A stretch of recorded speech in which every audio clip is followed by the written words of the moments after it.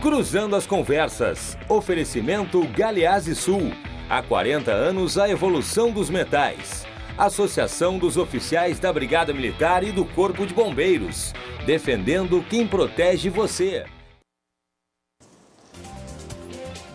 Muito boa noite. Está no ar o Cruzando as Conversas desta segunda-feira, dia 3 de fevereiro de 2020. 24 graus centígrados a temperatura aqui na zona norte de Porto Alegre, onde se encontram os estúdios da RDC TV. Nós estamos aí com o nosso Cruzando as Conversas pelos canais 24 e 524 da NET, Claro TV Digital. Participe também das nossas redes sociais, Facebook, YouTube, Instagram e Twitter. O Cruzando as Conversas é um programa oferecido pela Associação dos Oficiais da Brigada Militar e do Corpo de Bombeiros, defendendo quem protege você. E também a Galeazzi Sul, 40 anos, a evolução dos metais. A Galeazzi Sul, que é uma empresa paulista radicada aqui no Rio Grande do Sul e que faz um trabalho extraordinário do ponto de vista de ajudar no desenvolvimento econômico do Rio Grande do Sul nesta área dos metais. Bom, nós vamos conversar hoje aqui, debater as questões atuais, naturalmente, e uma questão atual que hoje está polarizando as atenções não só de Porto Alegre, do Brasil, mas do mundo inteiro, que é a coronavírus. E riscos e prevenção. Vamos tratar aqui com pessoas que são habilitadas, especialistas nessa área de saúde, que podem nos trazer uma contribuição importante do ponto de vista da população se precaver de algumas coisas e entender como é que funciona, o que está por trás desta epidemia que está com o seu epicentro na China. Estão aqui conosco o Dr. Marcos Ferreira. Dr. Marcos, muito prazer em tê-lo aqui no programa pela primeira vez, no Cruzando as Conversas da RDC TV. É uma satisfação, Silvio, estar aqui contigo, estar aqui com toda a tua audiência e a gente conseguir trazer um pouco mais de informação sobre essa questão da epidemia do coronavírus no mundo inteiro. E graças a Deus, até agora, nenhum caso confirmado no Brasil, né, até o presente momento. Então, vamos debater isso, claro, com muito interesse. Eu tenho certeza que a tua audiência vai se beneficiar bastante dessa nossa conversa. Com certeza. Também conosco aqui a Sônia Guterres, que é enfermeira, né, Sônia? Que trabalha nessa área paramédica, né? Eu trabalho, sou enfermeira. Atualmente trabalho na Faculdade Estácio do Rio Grande do Sul e trabalhei 27 anos na Secretaria Municipal de Saúde de Porto Alegre. Sim. Sendo 4 anos e meio dentro da vigilância do município, na vigilância sanitária. Que te dá uma experiência importante nessa área que é fundamental, sobretudo nessas questões de epidemias, né? Bom, também a doutora Luísa Rocha. Doutora, muito prazer, a senhora está aqui do meu lado. Prazer Conhecê-la. Obrigada, Silvia, é um prazer participar do teu programa. Pela primeira vez. Pela primeira vez. Primeira de muitas. Com certeza, viu como ela é? Isso é importante. Certo, são proféticas essas mulheres, né? Exatamente. Obrigado pela presença de todos vocês, né? Esperamos realmente fazer um programa que possa trazer um esclarecimento, né, para as pessoas, muitas delas para não ficarem tão assim atônitas, né, muitas apavoradas, né, doutor? Mas que a coisa não chega a tanto, pelo menos por enquanto. Mas, doutor Marcos Ferreira, o que é e como ele se propaga, o coronavírus? Pois bem, na verdade, nós estamos tratando de um vírus que ele é, só para que a população entenda claramente, as doenças virais, elas são doenças por agentes, né, microscópicos, né, e como outros agentes que a gente tem, como fungos, bactérias, então protozoários, né, e outros tantos agentes, micro-organismos que podem nos causar mal, né. E no caso, especificamente, os vírus, eles têm o potencial, efetivamente, de causar o adoecimento do organismo humano, né. O coronavírus é um vírus que recebeu esse nome justamente por esse aspecto de ter uma coroa, né, em volta dele, e ele vem de uma classe de diversos outros coronavírus, tanto que o nome dele dado, isso é importante que a gente cite este vírus especificamente, ele é o nCoV, né, é uma classe, um vírus específico dessa classe coronavírus, que o N é o de New Coronavirus, né, então o nCoV é o novo coronavírus.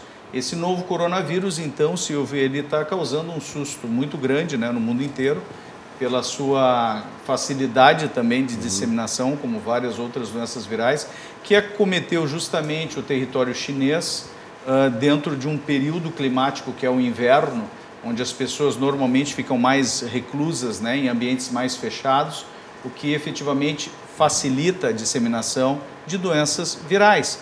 né? O cidadão sabe, né, do outro lado que está nos assistindo, que de fato, né, as gripes são mais frequentes no período do inverno e essa situação justamente acontece porque as pessoas ficam mais confinadas, né? Os ambientes ficam mais fechados, o que facilita a propagação desses micro-organismos. Então, eu acho que isso é o grande ponto que a gente deve citar para a população, que nós estamos agora aqui no Brasil justamente no verão, então nós estamos em ambientes mais abertos, né, que devem também, até pela própria situação climática do país nesse momento, dificultar a propagação do vírus, é o que a gente espera, né?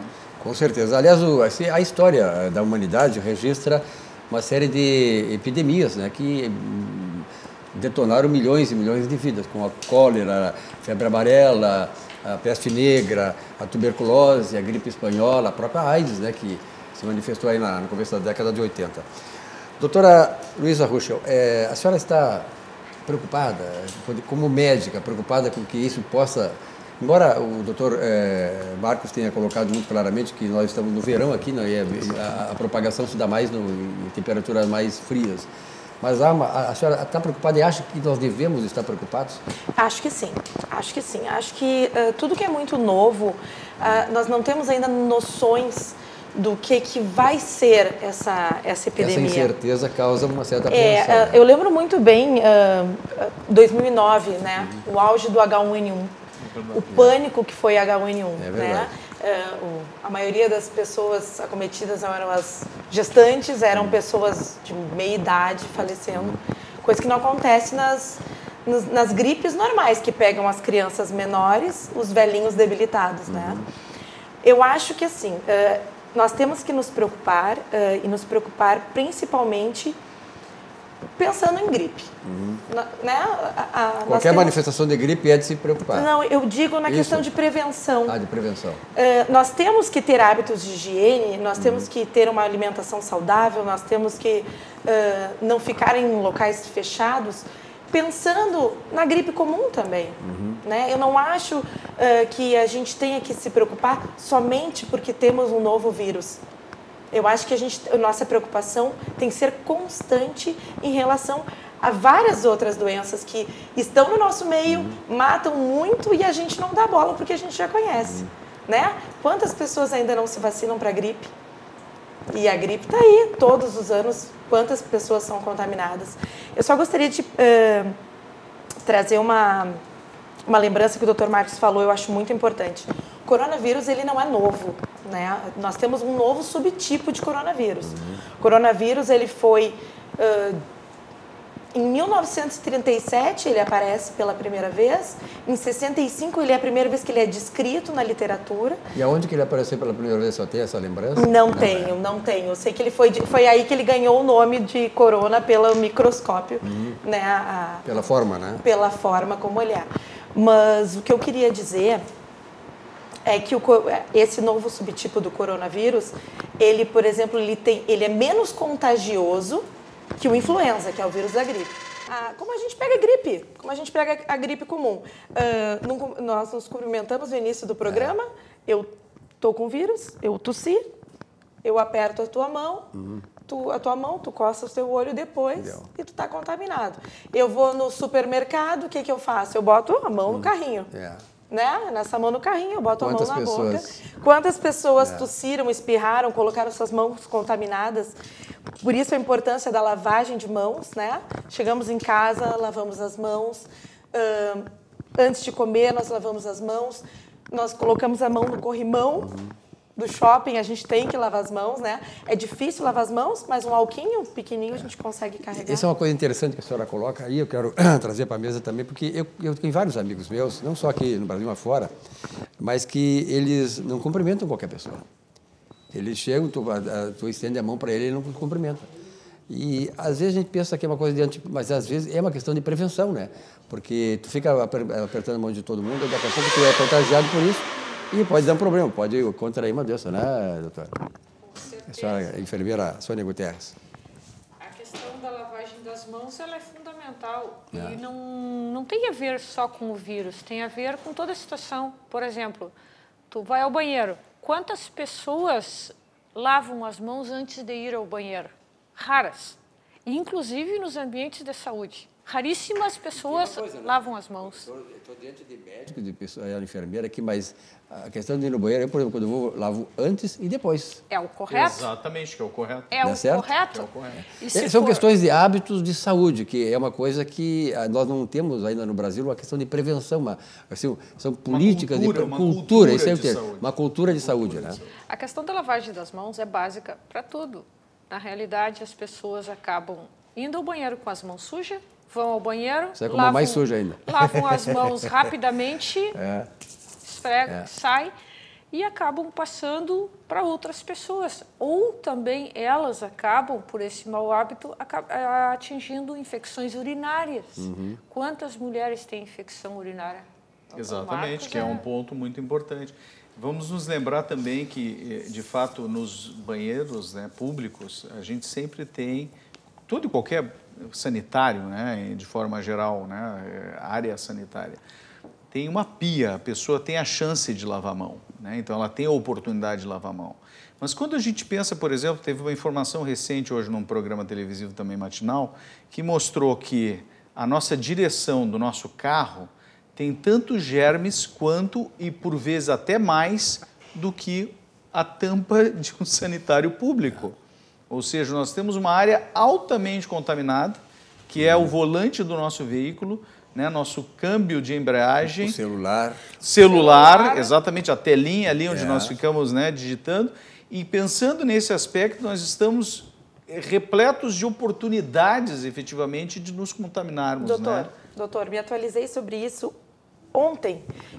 Em média, 23 mil colônias de bactérias no touchscreen do celular. Olha só. E daí a gente vai lá, faz toda a lavagem de mãos e pegamos no celular de novo. Exatamente. Sem a higienização Não, do outra coisa, aparelho. caixas eletrônicos, né, aquelas que digitais, tu bota o dedo ali, quantas pessoas passam, né? São pequenas coisas, assim, muitas vezes inobserváveis, mas que são fundamentais, né, para a questão da saúde. Né? Detalhes que, na verdade, a gente precisa fazer o debate e ter oportunidade dessa conversa, como a gente está tendo aqui, para a nossa audiência que está nos assistindo em casa, poder entender que todo e qualquer movimento que a gente tenha de contato, né, físico com pessoas, com objetos, são oportunidades que a gente tem de transmitir doenças. E a gente tem que, efetivamente, ter um hábito, uma rotina de, periodicamente, ao longo do dia, fazer a higienização das mãos. Isso é o básico, isso a gente tem que, efetivamente, desenvolver como hábito da nossa população. E, para isso, nada melhor do que também ter a oportunidade de discutir isso também dentro de um canal de televisão, né, e outros meios de comunicação. Com certeza. O senhor está bastante convicto, ou não tanto assim, de que essa coisa está circunscrita e não vai avançar mais do que já avançou, ou há esse risco? Pois é, na verdade, se a gente pensa nas notificações das autoridades chinesas especificamente, entendendo mais uma vez, nós estamos falando de um país que está passando por uma fase justamente de um clima severo, né, que é o inverno no hemisfério norte. E que é um país que a notificação que nós tivemos primeira foi em 31 de dezembro. As autoridades chinesas fizeram, então, a primeira notificação da doença.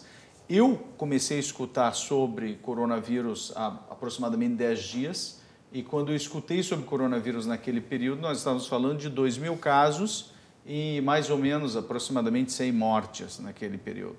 E agora, no dia de hoje, atualizado no site da BBC, durante a tarde, nós já estávamos com mais de 17 mil casos e mais de 360 vítimas. Né? Então, pensando no aspecto especificamente do hemisfério norte, eu acho que a gente está longe ainda de pensar em uma resolução dessa questão. Por quê?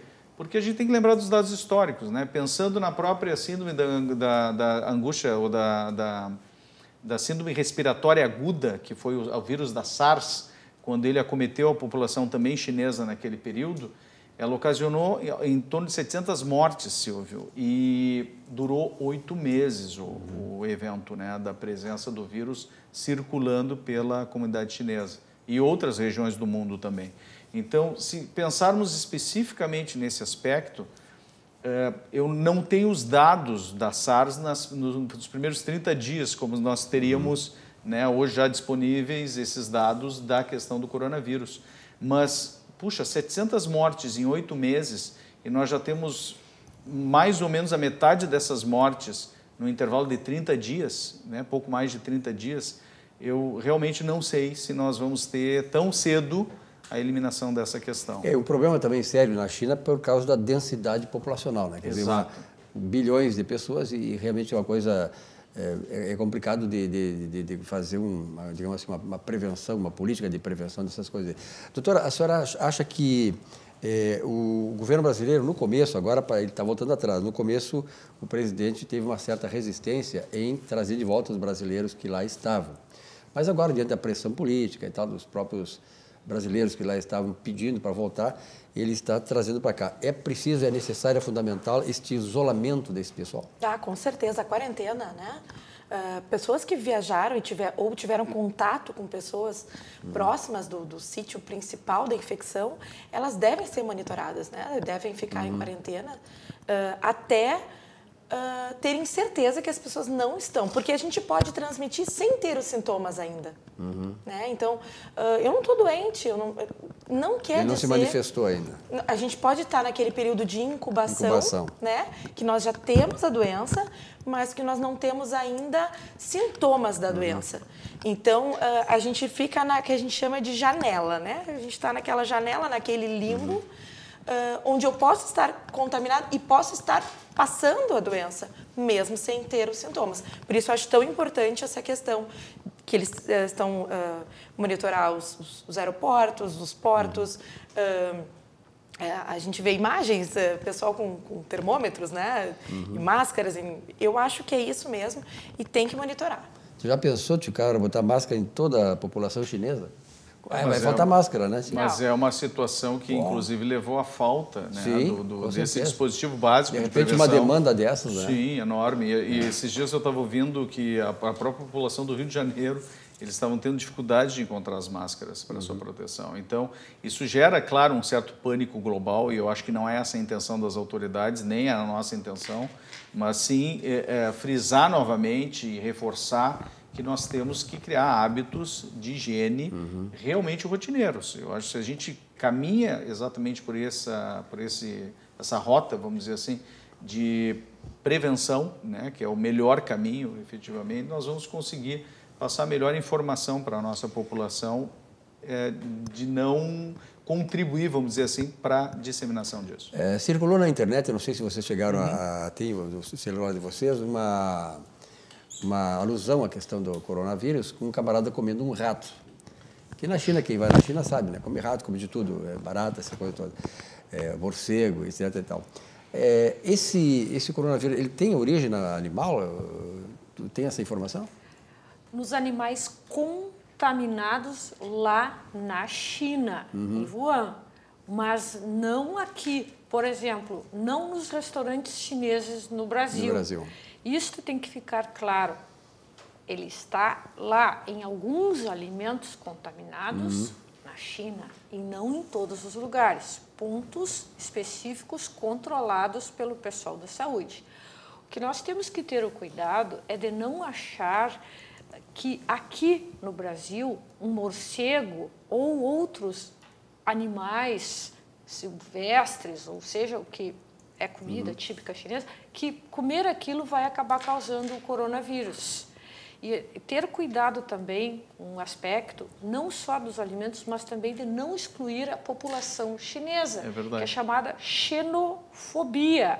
Ou seja, tu acabar excluindo as pessoas, colocando elas como pessoas assim, ó, não chega perto de mim, tu vai me contaminar. Aquela exclusão que a gente já teve em grandes períodos históricos tristes, né, no mundo. É verdade. Então, além disso, nos empregos também, tem pessoas demonstrando preocupação em será que eu vou ser demitido?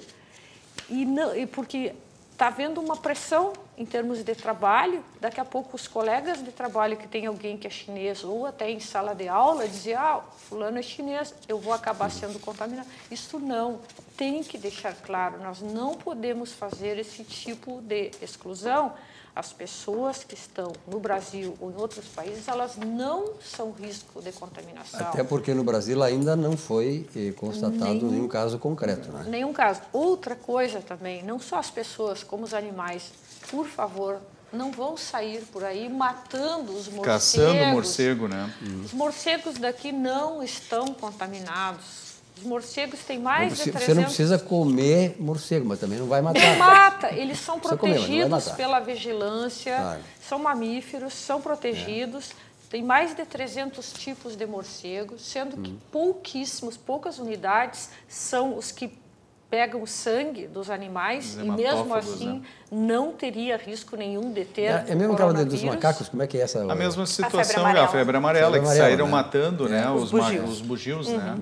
E é uma situação, e boa parte dos bugios que foram mortos, né, caçados pela população, não tinham nenhuma contaminação pela febre amarela. Essa é a parte mais triste. Eu acho, só salientando uma coisa que a professora Sônia colocou, e que ela disse, os restaurantes chineses, até onde eu sei, nenhum no Brasil, eles servem essas iguarias, né, dessa culinária típica de algumas regiões da China. Portanto, vamos continuar indo nos restaurantes chineses. Exato. Isso é muito importante, existe todo um controle da vigilância sanitária em relação a todos os alimentos que são servidos em restaurantes, não só em Porto Alegre, né, em vários restaurantes do Rio Grande do Sul. Então, existe uma vigilância sanitária municipal, existe uma vigilância sanitária estadual, existe um sistema nacional de vigilância sanitária. Então, não há como esse tipo de alimento efetivamente chegar à população para ser consumido, né? Então, realmente, temos que ficar tranquilos que os chineses, né, que trabalham aqui, que labutam, né, que têm as suas empresas, seus restaurantes, eles vão estar servindo a nossa comida, ou a comida, né, liberada e controlada pela vigilância sanitária. Eles próprios, lá em São Paulo tem um evento lá que anual, né, deles, né? E eles próprios fizeram essas recomendações e, de certa maneira, tiveram cuidado, né, de excluir velhos e crianças, né? Sim.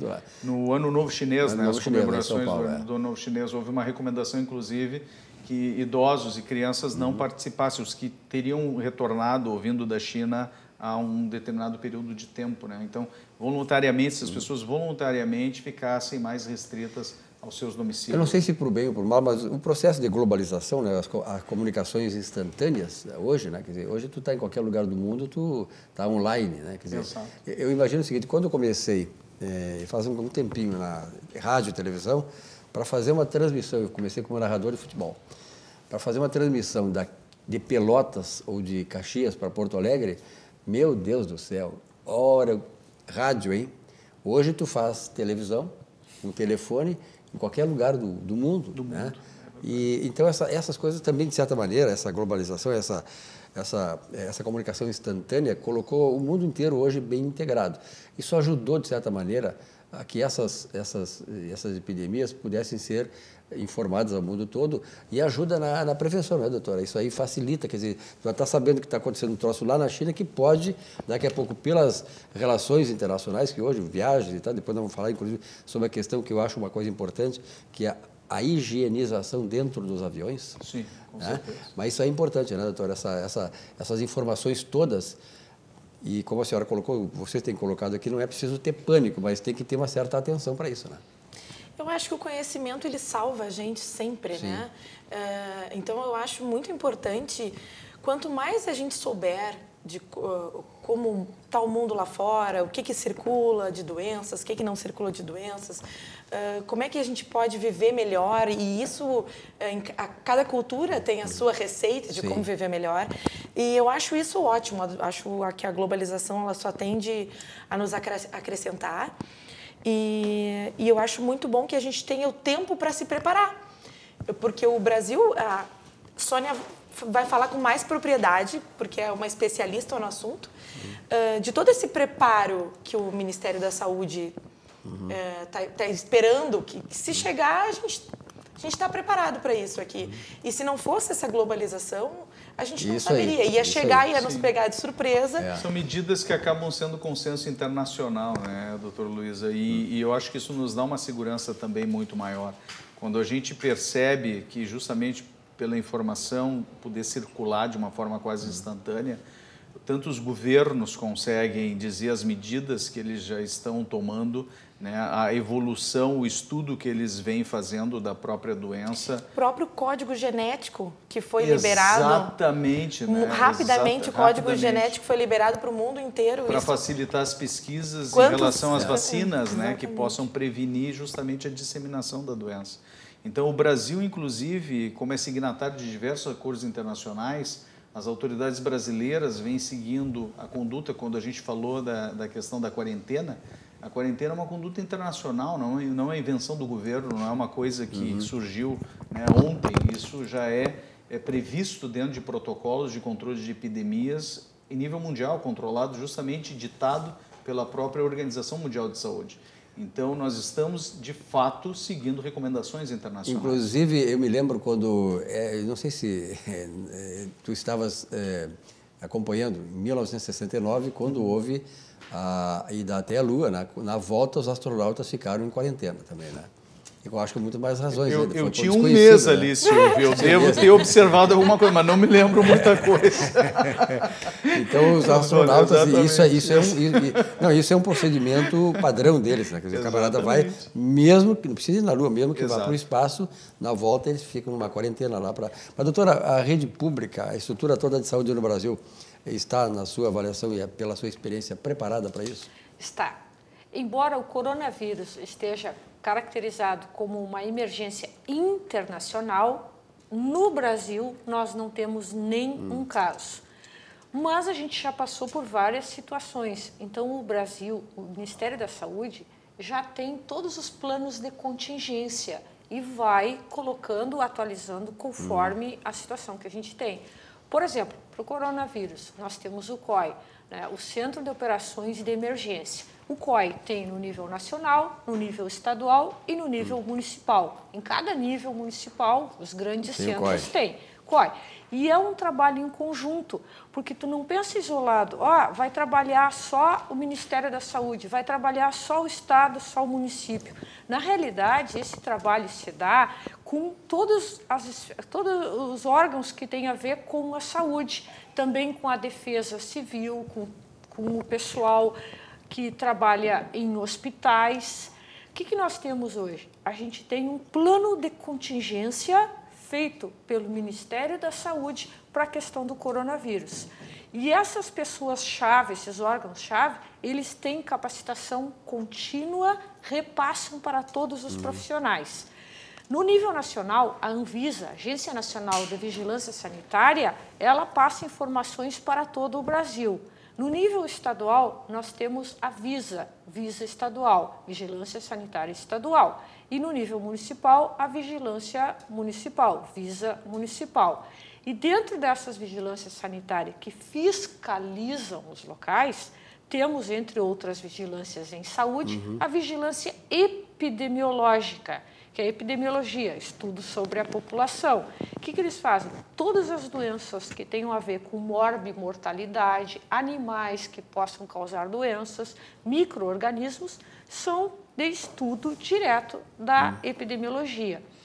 E nós, Vigilância Sanitária, estamos atentos a isso. Por exemplo, o Rio Grande do Sul, o SEVES, da Vigilância Estadual, Centro Estadual da Vigilância em Saúde, junto também com a diretoria da Coordenadoria Geral da Vigilância em Saúde de Porto Alegre, tem reuniões frequentes. Inclusive, eu liguei para a vigilância do município, pegando algumas informações para confirmar como que estava essa questão do treinamento. Então, os profissionais estão treinados, SAMU está treinado, UPAs, todos os órgãos de saúde, todos os hospitais têm o seu plano de contingência. Todos os locais, se chegar num caso suspeito agudo, que precise de hospital, existe isolamento, pessoas treinadas, existe plantão 24 horas da vigilância, que todos os locais de emergência têm os telefones, os celulares, tudo. Então, deu um caso suspeito, que entre no que é o preconizado, que ou viajou nos últimos 14 dias para a China ou teve contato com alguém que teve os sintomas que veio da China, tá? Enquadra febre mais a questão respiratória. Esses seriam, então, os critérios para o caso suspeito, professora, para a população entender bem. Suspeito. A gente poderia dizer, então, que são os casos que vieram da China, em um intervalo de 15 dias, mais ou menos. 14 eles 14 têm preconizado. dias, que tenham apresentado febre e manifestação como tosse, alguma dificuldade respiratória, algum dos outros sintomas. Mas não adianta ter febre e ter tosse ou um problema respiratório se não tiver o que é o principal, contato com alguém ou ter vindo da China. Perfeito. Esse é o diagnóstico diferencial. Eu não tive isso, mas estou com febre, estou com tosse. O contato com alguém que veio da China. Que veio então, da China. Tem que ter alguma ligação com a questão do país de origem da doença. Exatamente. Perfeito. Não se enquadra nisso. Não vou consultar? Vai, porque tu pode estar com uma gripe, tu pode estar com alguma outra virose ou uma infecção bacteriana. Tu vai consultar, mas tu não vai ser considerado como um caso suspeito de coronavírus. Imaginando que sim, que teve isso, contato com alguém, febre, tosse, problema respiratório, é considerado aí caso suspeito. Tem o leve e tem o que é considerado grave. Se é leve, a própria unidade de saúde vai poder dar a devida orientação, vai fazer os contatos com o pessoal, plantão 24 horas, não tem dia, não tem noite, direto tem os telefones que eles conseguem. Vai verificar, bom, é um caso leve. O que vai acontecer? Vai para casa, a pessoa vai para a sua residência e ela vai ficar lá. Em isolamento na sua casa, então. Exatamente, ela vai ficar fazendo dentro uma quarentena do possível, voluntária. Exatamente. Vai ficar na sua casa e, dentro do possível, tentar manter os familiares uma distância de mais de 2 metros Isso é muito de importante. Distância. Ambiente arejado. Uso de máscara por essa Quando o contato pessoa. direto, uso de máscara e não esquecer, espirrou, troca a máscara. A máscara está molhada, troca. Não pode usar a máscara direto. Tem um tempo Ela molhada, ela perde a imunidade, é isso? Perde, não tem mais validade. Ela tem que estar seca. Bom, doutora, dentro de toda essa explanação muito interessante que a senhora colocou, aí eu queria botar uma questão na mesa, que é o seguinte. Nós sabemos, claro, que a estrutura hospitalar brasileira da área de saúde, ela sofre os mesmos problemas que a economia, de modo geral, sofre no Brasil, que é falta de recursos, falta de gerenciamento. Quer dizer, nós estamos, o IHD do Brasil é disparado um dos piores do mundo, mesmo sendo hoje uma economia que é considerada a 8ª economia do mundo.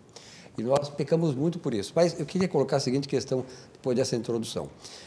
Nós sabemos que existe uma percentagem grande de doenças dentro dos hospitais. O cara vai para lá e às vezes sai de lá com uma infecção hospitalar e acaba morrendo. Pode acabar morrendo ou não. Mas por que temos tanta infecção hospitalar nos nossos hospitais? Diante dessas precauções que a senhora mesmo citou aí. Na verdade, quando a gente fala em infecção hospitalar, a gente tem hoje em todos os hospitais, por força de lei inclusive, as comissões internas de controle de infecção, né? E essas comissões de controle de infecção hospitalar, CCIH, são obrigatórias e justamente fazem toda a abordagem também epidemiológica e de assessoramento também no manejo de pacientes com infecções dentro dos hospitais. Eu atendo em vários hospitais da cidade e dentro dos principais hospitais privados onde eu atendo, seguidamente, após cada procedimento cirúrgico que eu realizo, eu recebo uma cartinha ou um e-mail da Comissão de Controle de Infecção Hospitalar, justamente questionando a evolução de cada um dos meus pacientes para que eu possa informá-los sobre esse risco, né, sobre essa ocorrência. E com isso eles possam completar suas estatísticas de controle. Mas, de fato, quando a gente pensa em ambiente hospitalar, Silvio, nós estamos falando de um ambiente com um risco sério de bactérias resistentes a antibióticos, né? Então, não é, vamos dizer assim, um dos melhores ambientes em termos de recuperação plena de um paciente. Por isso que a gente sempre fala, após um procedimento cirúrgico eletivo, assim que o paciente tem condições, nós o liberamos para casa para que ele minimize o período de estadia hospitalar. Após 48 horas de internação, alguns estudos falam em 24 horas, já existe uma flora microbiana própria do hospital, muitas vezes na via aérea desses pacientes. Mas eu acho importante lembrar que a bactéria ela não pula, né? Exato. A bactéria, alguém leva essa bactéria até o paciente. E isso que eu acho muito importante. E a gente vai voltar lá na lavagem das mãos. E também nos sistemas de higienização dentro dos hospitais. Né? Então, as equipes de... Muitas vezes as pessoas que estão internadas pensam assim, a equipe de limpeza do hospital, ela não é simplesmente uma equipe de limpeza, uma equipe de higienização hospitalar. São pessoas altamente treinadas para que façam esse trabalho de redução da possibilidade de contaminação justamente física, de objetos e condições, inclusive, de laminação, que a gente chama do fluxo aéreo que a gente tem dentro das próprias salas de cirurgia, para que evite a chance de contaminação em procedimentos cirúrgicos e tudo mais.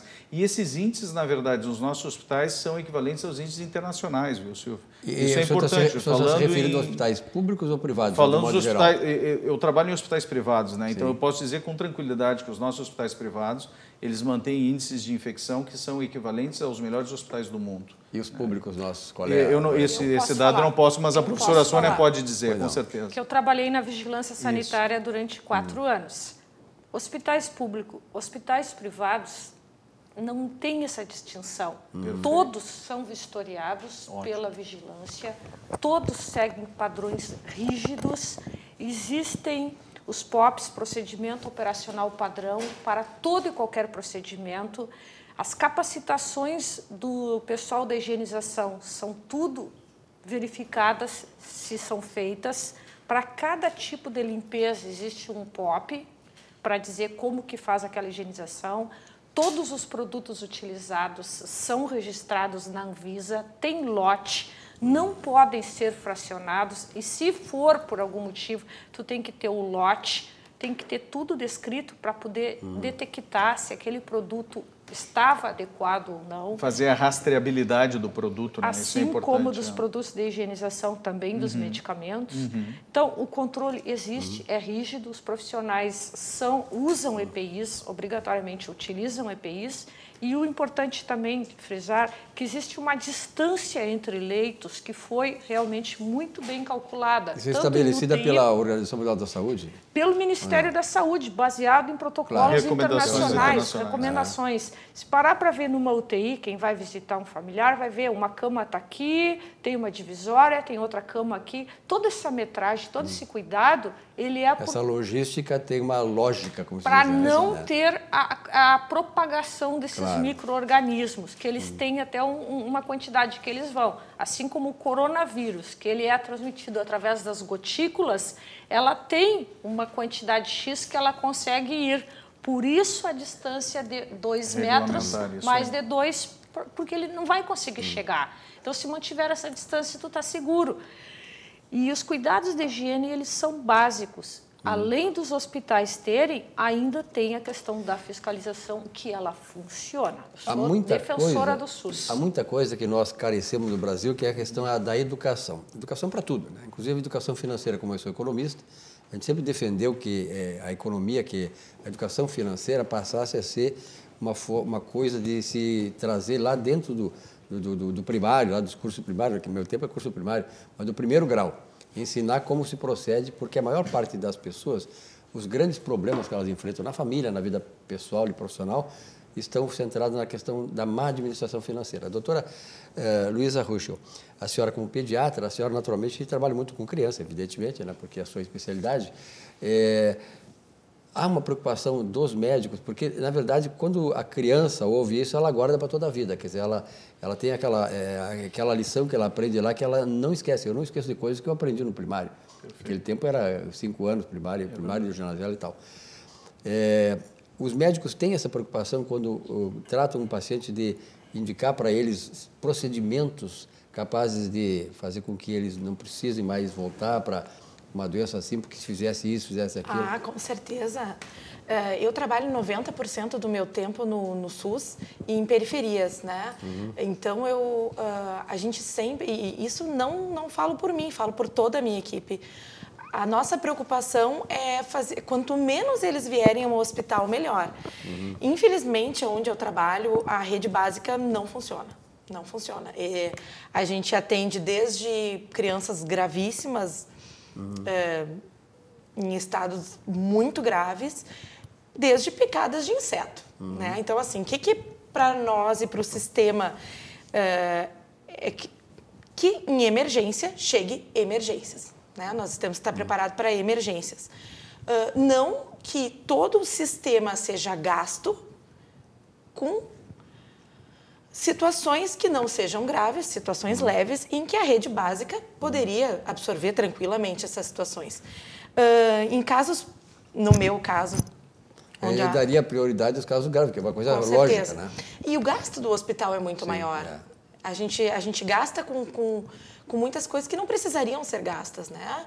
Tu tem disponibilidade de especialistas, tem gastos de exames, tem gastos de...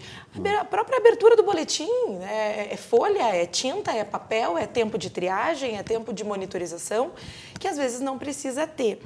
O que toda equipe se prepara no hospital? A gente nunca deixa de atender, nem pode deixar de atender, mas a gente orienta. Procurou o posto? Estava fechado, doutora. E realmente acontece. Ou não tenho condições de ir até o posto, acontece também. Ou fui no posto e não tem médico, acontece muito.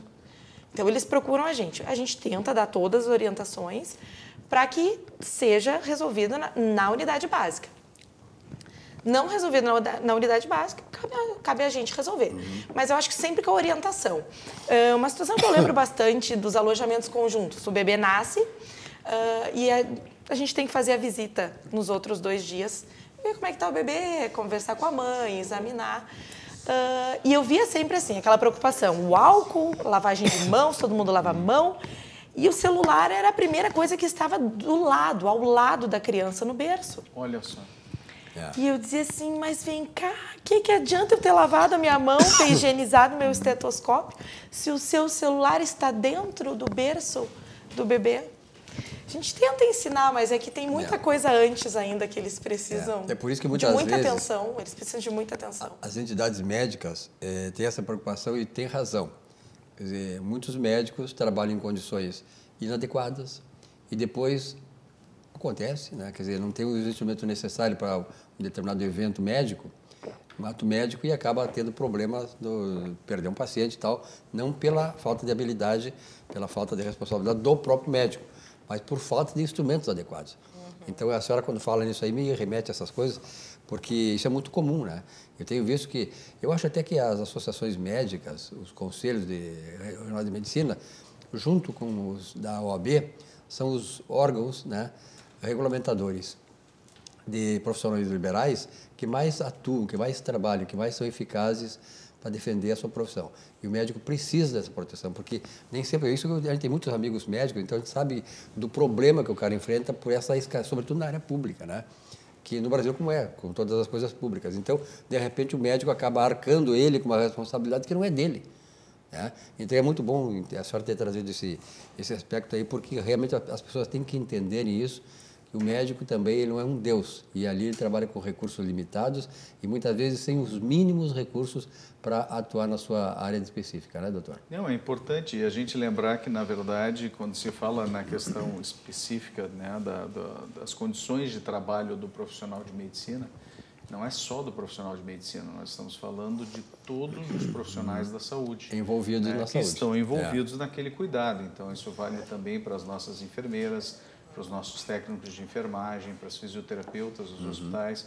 Então, é realmente um conjunto de profissionais altamente habilitados e que precisam ter condições para o exercício profissional adequado. Né? Não é por outro motivo que a professora Sônia se esmera tanto, né, no cuidado e na formação das suas alunas, né, nos cursos de enfermagem, e tantos outros colegas nossos, né, que se dedicam à área do magistério no ensino superior e que buscam oferecer justamente o treinamento de excelência dos nossos profissionais, mas esse treinamento tem que existir para que ele seja adequadamente oferecido para a população, tem que existir a contrapartida justamente das pessoas responsáveis por fornecerem os meios adequados para o exercício profissional. É isso aí, né, Sônia? Com certeza, com certeza. E importante, só para colocar a questão, estava pensando assim, Será que o Brasil está preparado? Olha, todo o Brasil, não sei dizer, mas o Rio Grande do Sul, por tudo que eu fui em busca, está preparado. Era a pergunta que eu ia fazer, professor. Se em especial Porto Alegre. Porto Alegre está preparada? Está preparada. O SAMU está preparado. Tudo. Então, vamos ver o fluxo. Vamos falar assim, o fluxo. O que acontece? Sou um caso suspeito. O que vai acontecer comigo? Bom, vou a uma unidade de saúde. Chegando lá, vou ser atendido. Sim, entrou nos critérios. Vai para casa. Vai ficar lá 14 dias. Vai coletar uma amostra, a gente chama swab, não é? Coloca lá um caninho com um algodãozinho, um cotonete grande. Coleta, né, das vias respiratórias. Se precisa, faz um outro procedimento, coleta mais da árvore brônquica. Ok. Manda esse material para um laboratório. Vai para o LACEN. Esse material... O LACEN é o Laboratório Central do Estado. Do Estado. Isso, perfeito. Vai para lá. É o antigo Lafergues, né? É o antigo Lafergues, eu acho. Laboratório Farmacêutico do Estado do Rio Grande do Sul. Agora é o LACEN, esse mesmo. Vai para lá. Em até 72 horas. Às vezes até 24, mas o período máximo em até 72, 24 até 72, tem o resultado. Vamos imaginar, que ainda não aconteceu, que dê positivo. Se der positivo, vai uma amostra para o Rio de Janeiro ou São Paulo. Eles estão mandando lá, Rio de Janeiro ou São Paulo, não lembro bem o lugar. Centro do país. Mas vai. Tá bom, então isso é o domicílio. 14 dias em casa, bonitinho, sem gastos públicos e acompanhado pela equipe de saúde, com todos os cuidados. Bom, está fechado o posto de saúde. Vai onde? Ah, é de noite. Vai num pronto atendimento, um PA, ou vai numa UPA, unidade de pronto atendimento. Chegando lá, mesmo critério. Bom, detectou, tem caso suspeito, vai ficar em observação, vai fazer a coleta, vai ter um local, um isolamento, eles têm um isolamento, está todo mundo preparado, fica lá, aguarda o resultado. Negativo, vai a conduta X. Positivo, vai ser visto se é caso que dá para para hospitalizar ou se não precisa hospitalizar. E se é um caso grave, vamos que confirme, é grave, bom, aí vai ser visto com todos esses órgãos, vai hospitalizar e vai fazer... E quais os hospitais de referência, professora? Que a senhora coletou essa informação? Não vou colocar os hospitais de referência. Perfeito. Se eu colocar, os outros, vai né? fazer fila daqui até o XY hospital. Perfeito. Aliás, isto, doutor Marcos... Tem que ser uma informação do gestor da saúde. Isto, doutor Marcos, os próprios profissionais articulados, Perfeito. os telefones que tem, com o médico regulador do SAMU, com a Central de Leitos de Porto Alegre, que funciona 24 horas, com a Central do Estado do Rio Grande do Sul, que funciona 24 horas, eles vão determinar para que hospitais vão. Imagina se a gente fala, hospital tal, amanhã de manhã... Todo o interior vem para cá. Qualquer paciente com tosse já vai direto para aquele hospital. É uma questão. Aliás, isso é importante a gente ter essa informação e poder passar para a população também que confie no sistema de saúde instituído. Desde o posto de saúde, eles estão treinados para conhecer o fluxo e saber para quem eles têm que ligar se tiver uma dúvida. Perfeito. Tudo. Muito bem. Tudo está articulado. Então, que você pode ver que, conforme a Sônia estabeleceu aqui, nós estamos realmente preparados para enfrentar o coronavírus. Mas não vem para cá que nós não queremos briga, não precisa vir. Não precisamos, não. Deixa lá. Podemos enfrentar, mas não queremos esse enfrentamento. Aquela história, assim, se queres a paz, te prepara para a guerra. Exatamente. Estamos preparados para a guerra, mas queremos a paz. É verdade. Certo? E aí, doutora Rochel, qual é a sua impressão sobre essas questões aí a senhora colocou essa questão da pediatria, aí, do atendimento e tal, né? Isso é uma coisa interessante. Na faculdade de medicina, há esse cuidado assim, de orientar o médico nessa questão mais, assim, digamos, mais abrangente da sociedade? Com certeza. Eu sou formada recentemente, eu tenho 7 anos de formada. Uma guria, né? Uma moça. Mas a nossa formação ela é muito enraizada na saúde pública. Sim. Eu, com segundo semestre de faculdade, a gente já está em todos os postos da região. A gente já está fazendo visitas domiciliares, a gente aprende muito com a equipe de enfermagem. Eu e todos os alunos aprendem muito. A formação da medicina está muito em equipe, né? A residência médica é uma etapa importante, né, ou não? Claro, mas eu digo que a formação, sim, a formação da faculdade mesmo. Sim. Primeiro, segundo na semestre, graduação eles mesmo. já te colocam em postos de saúde, com a equipe de enfermagem. Antigamente era mais o médico centro da equipe, hoje não existe mais isso. Né? O médico é mais um da equipe. É uma equipe multidisciplinar. Equipe hoje. multidisciplinar. E só a equipe multidisciplinar que consegue resolver os problemas da população. Mas eu acho que todos os médicos estão bem engajados nessa questão comunitária. Eu trabalho muito no SUS, desde que me formei eu trabalho no SUS e vejo muito todo esse envolvimento. E acredito que meus colegas tenham esses envolvimentos também, as enfermeiras que trabalham no SUS. Todo mundo que trabalha no SUS gosta muito do SUS, acredita muito no SUS. A qualidade do ensino médico, doutor Marcos, o senhor tem algum reparo a fazer? Está condizente, está se atualizando dentro daquilo que tem que ser atualizado? Na verdade, quando a gente pensa nessa questão da formação médica no Brasil, a gente tem que remeter os dados que hoje são disponíveis até dentro do próprio Conselho Federal de Medicina, né? Nós temos hoje em torno de 340 faculdades de medicina no Brasil. Na época que eu me formei, há 27 anos atrás, nós tínhamos em torno de 70 faculdades, né? Então, houve um aumento realmente brutal do número de faculdades. Faculdade de Medicina e de Direito, que mais cresce nesse país. Direito eu vi já números absurdos, né? Acima de 1.200 faculdades no Brasil, né? A título de comparação, na China, eu tenho os dados em torno de 320 faculdades, 330 na Índia. Então, o Brasil já está um campeoníssimo em número de faculdades de medicina, fora os pedidos de registro de faculdades, mas aí que esperam ainda no Ministério da Educação. Mas então, isso aí nos proporciona um recorde qualitativo, né? Hoje o pessoal que trabalha no Uber, a maioria é formada em advocacia, né? Essa é a parte dramática, assim, quando se fala na questão fala isso aí, do mas direito, realmente né? é dramático. O camarada se forma e tal, e depois acaba pela contingência de falta de emprego, esse desemprego que nós estamos atravessando. Mas vamos fazer um rápido intervalo e voltamos depois para tratar também de uma questão que eu vou colocar aqui na mesa. Nós estamos no mês de fevereiro, além do meu aniversário esse mês, nós temos o Carnaval. E eu quero saber que recomendações vocês vão passar para os foliões. Tu é folião também, né? Eu sei que tu gosta de Carnaval, né? Pouco, mas ficou mais no aspecto histórico. Então, recomendações para o pessoal ali no Carnaval, que é uma fase assim, de muita, né, de muita mistura e tal, e isso aí traz muitos problemas. Um rápido intervalo aqui no nosso Cruzando as Conversas desta segunda-feira, dia 3 de fevereiro. Voltamos já já.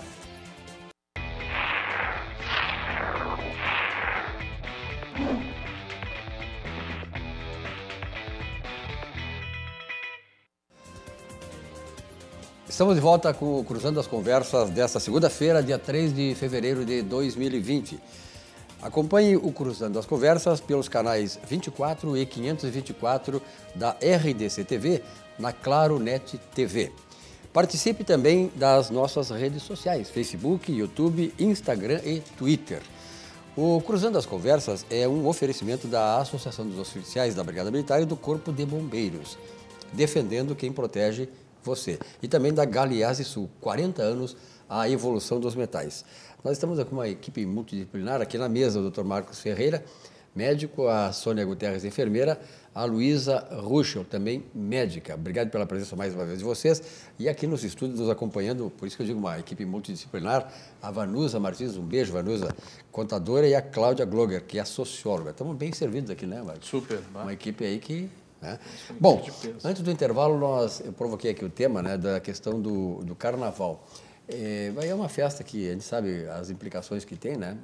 A permissividade que permeia esse... Há riscos a serem evitados, doutor Marcos?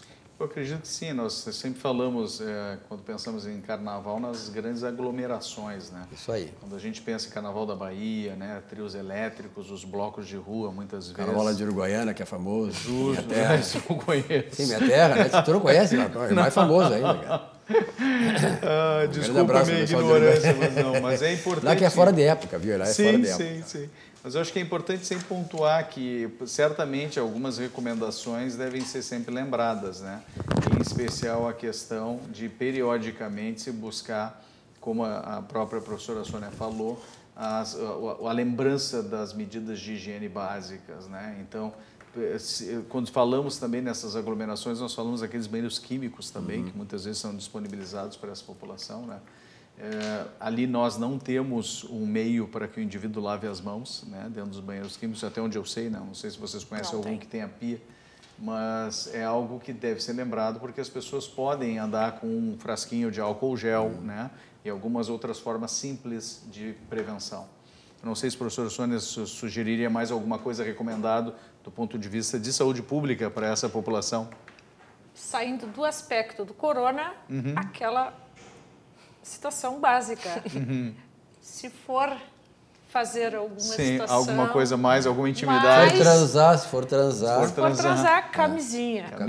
Bom, isso é uma coisa que já vem há muito tempo, né? Que pela sua experiência, o uso da camisinha hoje está relaxado, porque eu me lembro muito bem que lá na década de 82, que começou essa febre toda aí da AIDS e tal, e eu estava na TVE, nunca esqueço lá, e nós começamos ali o pessoal da área de Secretaria da Saúde e tal, começou aquele trabalho de divulgação da necessidade da prevenção através das relações sexuais da camisinha. Mas hoje eu ouvi algumas informações que a coisa está meio relaxada aqui, principalmente no Rio Grande do Sul. Acontece que a questão hoje, as IACTs, infecções sexualmente transmissíveis, elas ficaram muito centralizadas só na AIDS, no HIV/AIDS, mas existem várias. E a camisinha, ela teve uma situação importante. Com o advento da AIDS, foi muito divulgado para os jovens. E esses começaram a usar, salvo os que não usam. Mas eles usam. Os idosos é que começaram a não usar e aumentou muito. Teve um pico de incidência, né, entre idosos. Alto. Impressionante. Deu uma diminuída. Fora a questão do surto de sífilis também, que atingiu o nível mundial. Isso é muito pouco falado, viu, Silvio? E a gonorreia? Mas em saúde pública, realmente... Tempo atrás, na década de 60, era 70, 60. Mas eu posso lhe dizer, Silvio, que dentro do consultório urológico, né, que é a nossa especialidade, a gente pega vários pacientes com um quadro de... Porque eu nunca mais ouvi falar nisso. Sífilis mas ela existe e segue campeando aí, infelizmente, firme, né, na ocorrência dentro da nossa população, principalmente masculina, obviamente, que é a população que nós temos a chance de detectar como urologistas, mas, obviamente, isso também vem do sexo feminino, né? Claro. Só que o diagnóstico na mulher da gonorreia, de boa parte das DSTs, a mulher é um pouco mais complicado. Ela é transmissora ou é só Não, homem? ambos são transmissores. Ambos. Uma outra questão que pouco se fala, que é a transmissão do HPV, né? O vírus do HPV, do papiloma vírus humano, de natureza genital, normalmente se pensa, né, do HPV, que hoje já tem vacina, inclusive, né? A nossa colega da pediatria, a doutora Luísa, certamente recomenda isso, né, para os seus pacientes mais pré-adolescentes ali, né, infância ainda e pré-adolescência. Essa questão também tem se disseminado, inclusive, via aérea, doutora Luísa, e isso tem sido bastante assustador. Então, os cuidados que as pessoas têm que ter também na prática, né, de outras modalidades de sexo, no sentido de prevenir a ocorrência da disseminação na faringe, né, na área da boca, né, e da região da via aérea. Então, os colegas que trabalham com a cirurgia de cabeça e pescoço e dentistas têm reportado um aumento da manifestação, né, da presença dessas doenças de lesões do HPV nessas regiões. Então, temos que lembrar de todas as questões quando falamos em carnaval, né? Com certeza, né? Então, a recomendação é a seguinte, aqui, pessoal, se não quiser transar, não transa, mas se quiser transar, para camisinha. Protejam-se, Protejam-se, antes de tudo. Saindo do carnaval, mas lembrando que carnaval é muita gente, eu lembrei da questão das fronteiras. Isso aí, eu ia falar sobre migrações, né? É verdade. Isso aí. Puxando agora o gancho, a questão das fronteiras. os portos e aeroportos também são fiscalizados pela equipe da Anvisa. A Anvisa. Então, se chegar alguém, estou com medo que venha alguém com coronavírus, mas dentro do aeroporto, por exemplo, o Aeroporto Internacional Salgado Filho, que a gente tem em Porto Alegre, nós temos um ambulatório mega estruturado, com tudo que precisa lá dentro para atender algum caso suspeito. E tem a equipe da Anvisa lá dentro. E, quando necessário, já contato com os demais locais que precisa. Ambulância também tem, para fazer a transferência depois dessa pessoa para o local X estipulado. Tá? Portos, a mesma coisa. Todos os navios que chegam, se tiver algum caso suspeito, também vão ser, o pessoal da Anvisa vai. E esse trabalho em conjunto também com a Visa estadual e a Visa municipal. Toda essa fiscalização que precisa. Um dos grandes problemas que nós temos aí, e essa coisa também se dá na questão do contrabando, né, é exatamente o fato que nós somos um país continental e temos uma vasta fronteira física, né, seca, como chamam, fronteira seca, onde as pessoas passam para cá, para lá, sem o controle, digamos assim, alfandegário e tal. Esse é um risco, né, doutor, que se tem ainda, porque, na verdade, nós estamos num processo todo globalizado, quer dizer, tem Paraguai, Argentina, Uruguai, fronteiras com o Brasil, aí Bolívia, sei lá, e essas coisas todas. Quer dizer, não tem como controlar tudo isso. Na verdade, até onde eu sei, existe um plano já estabelecido para o controle de fronteiras, né, e que envolve não só as seccionais, vamos dizer assim, da Polícia Federal, né, então as forças policiais, mas também os funcionários da vigilância sanitária, autoridades alfandegárias também, né, por questão de contrabando de produtos, e também agora as Forças Armadas têm se juntado muito nesses esforços, né, de controle das nossas fronteiras. Então, eu acredito que, nesse sentido, esteja melhorando cada vez mais esse nível de controle. Ainda assim, quando a gente fala nas questões de imigração, nós devemos lembrar também do fluxo de brasileiros que vai para o exterior, né? Hoje tem uma população brasileira, por exemplo, em Portugal, já significativa, né? Nos Estados Unidos, as colônias brasileiras também, em várias cidades, como as cidades de Boston, né? E arredores, ali em Massachusetts, no Texas também, na Califórnia, na Flórida também, uma comunidade brasileira realmente importante. E nós temos que nos lembrar também da oferta que existe através de acordos internacionais do Brasil, Silvio, onde se oferece assistência médica em alguns países com os quais o Brasil mantém acordos. Então, não esquecer, por exemplo, que o brasileiro que viaja a Portugal tem o direito à assistência médica gratuita, sem a necessidade de comprovar a contribuição ao INSS. Assim como o português tem aqui no Brasil. Assim como o português tem a mesma reciprocidade aqui no Brasil. Doutor, eu queria aproveitar e fazer uma interferência aqui na sua coisa, que é o seguinte, o senhor falou aí nessa migração para cá e para lá, de lá para cá e daqui para lá, né? O senhor recomendaria, por exemplo, tem pessoas que estão agora com a passagem, vão viajar, vão para a Europa, vão fazer um tour para aí. Ela segurar, não viajar, ou pode viajar, não tem problema, porque daqui a pouco não sabe o que vai acontecer, né? Qual é a sua recomendação hoje como médico? Na verdade, eu não vou dar minha recomendação como médico, vou dar minha recomendação baseado no que as autoridades têm dito, né? Quer dizer, em nível mundial, os voos para a China, em boa parte, foram suspensos para aquelas regiões já sabidamente com presença do coronavírus, né? Se fala que essa notificação já existe em todas as regiões da China, e que comporia o conjunto, como eu disse, até o início da tarde de hoje, meio da tarde, em torno de 17.200 pessoas confirmadas, né, com contaminação pelo coronavírus, e diversos países já suspenderam voos para a China, inclusive para Hong Kong e também Taiwan, né? Então, é uma situação realmente de emergência global, e eu acho que isso deve ser observado pela população. Claro que se a pessoa tem passagem marcada para a China, eu acho que tem que seguir a recomendação das autoridades e evitar, né, dentro do possível, esse voo. Agora, em relação aos outros países, não há propriamente uma recomendação que seja disseminada no sentido de que as pessoas não viajem, né, para roteiros previamente já estabelecidos, que não incluam esses países que são notificados. Na verdade, essa questão toda ela está suscitando outras reflexões sobre outras áreas, né? Que é a minha área, por exemplo, de economia. Isso certamente vai ter um reflexo, já está tendo, né? Do ponto de vista econômico, da previsão de crescimento da economia, de redução de comércio internacional, isso vai afetar o Brasil, vai afetar o Rio Grande do Sul e tal. Isso é um fato, né?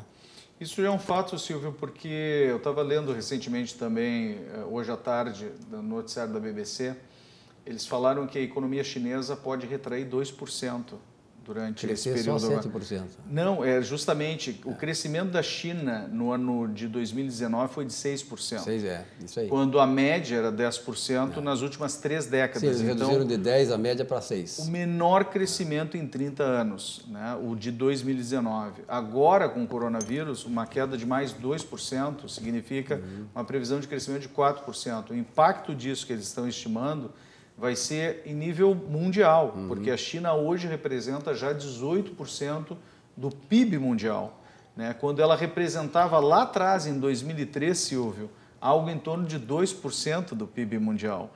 Então, nós temos realmente a China hoje como a fábrica do mundo, e uma fábrica que já está se fechando desde 31 de dezembro.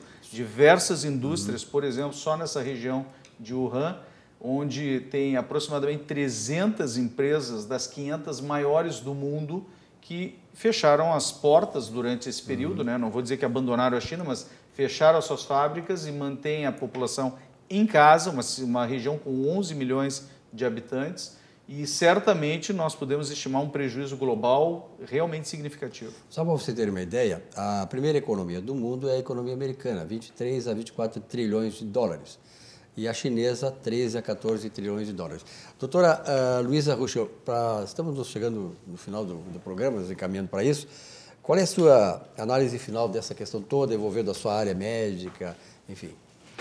Eu estou otimista, que nem a nossa professora Sônia retratou. Acho que a gente está preparado para enfrentar essa epidemia se ela vier. Mas o meu apelo é que a gente se cuide, né? A gente se cuide das nossas crianças, cuide dos nossos idosos, evitar aglomerações, comer bem, dormir bem, lavar muito as mãos. E passar isso aí para as crianças, sobretudo, que é a área que a senhora trabalha, pediatria. Exatamente, que cuidem das minhas crianças e ensinem as crianças a cuidar de si mesmas também, né? Perfeito. Ensinar a lavar a mãozinha, é não tossir na cara do coleguinha. Em cima da comida também. Isso, coisas básicas, mas eu estou otimista. Se ela vier, eu acho que a gente está preparado. Que beleza, isso aí mesmo.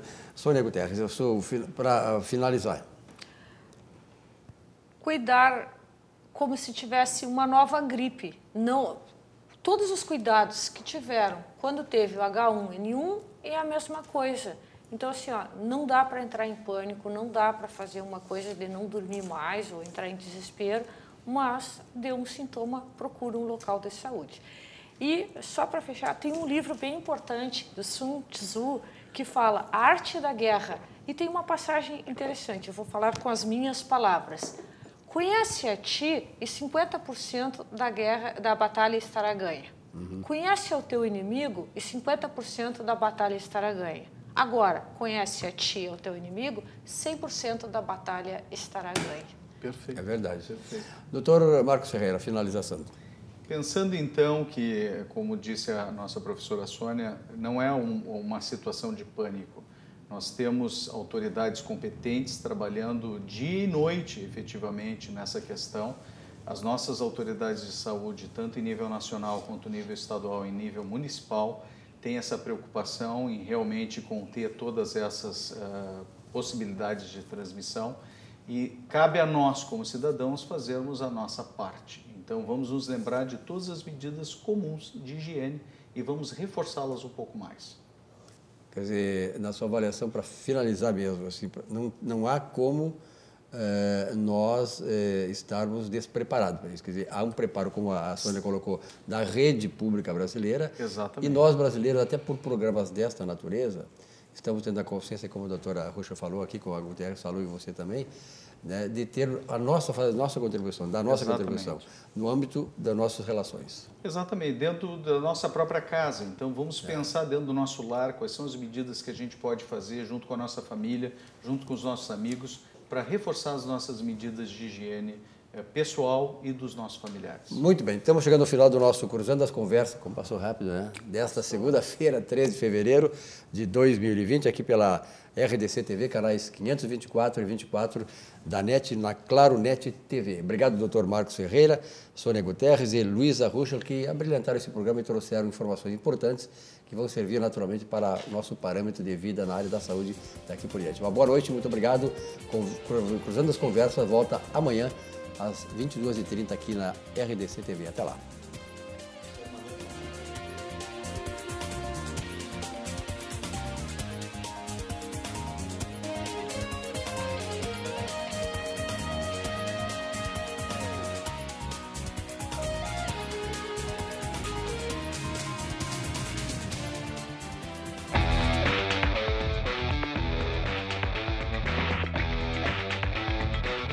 Cruzando as Conversas. Oferecimento Galeazzi Sul.